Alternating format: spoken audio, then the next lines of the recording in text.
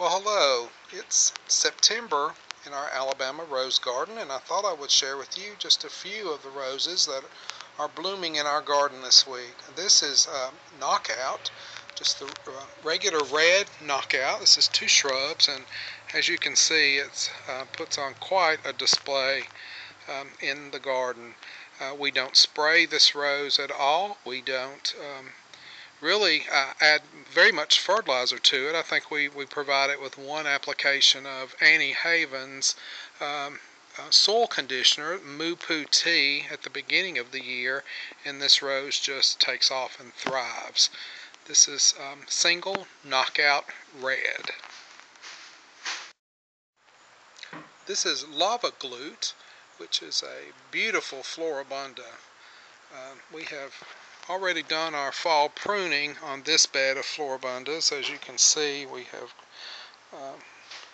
cleaned these up quite a bit and pruned them down by about half. And now we're already seeing these beautiful blooms of Lava Glute. As we walk on around the garden, I see another bloom of Golden Celebration, which is the David Austin rose. This is its third flush of bloom this year. It's quite unusual for this rose in my garden to bloom 3 or 4 times throughout the season. We usually get 1 or 2 flushes of blooms. But here we have yet another beautiful bloom of Golden Celebration, a David Austin English rose. Here you will see Sunny Knockout and the pink Knockout roses that we have. And see if we can get a shot of one of those blooms. A very beautiful pink bloom, and then right beside it are some Dahlias. We call them the dinner plate variety dahlia. As you can see, it's quite a large flower, and we have enjoyed growing dahlias this very first year in our garden. I'm going to turn and show you the beautiful flush of bloom on our Julia Child floribundas. I'm going to walk around to what I call the front of this rose bush. As you can see, we are in another glorious flush of bloom on this rose. This is about the 5th bloom cycle for Julia Child this year in our garden, and as you can see, it provides just an abundance of beautiful blooms all throughout the season. And then right beside it, of course, is the Moondance floribunda, the beautiful white floribunda that we have growing in the same bed.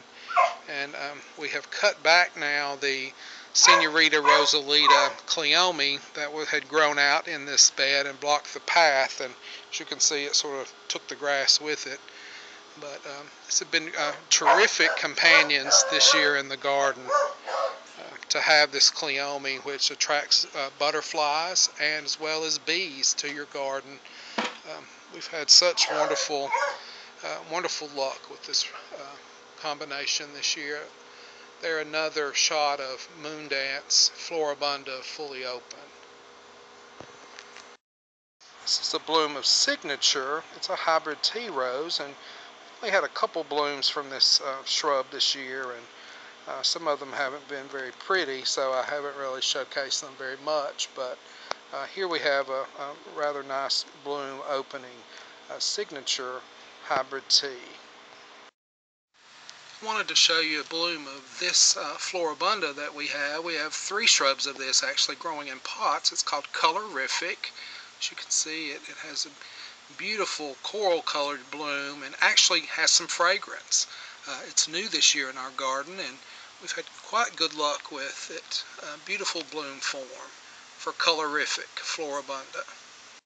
Now, when we first moved to this house, there was nothing along this fence row whatsoever. Just a little patch of grass that was adjacent to our back alley. It's been my desire to plant enough roses here that would form a virtual wall of roses.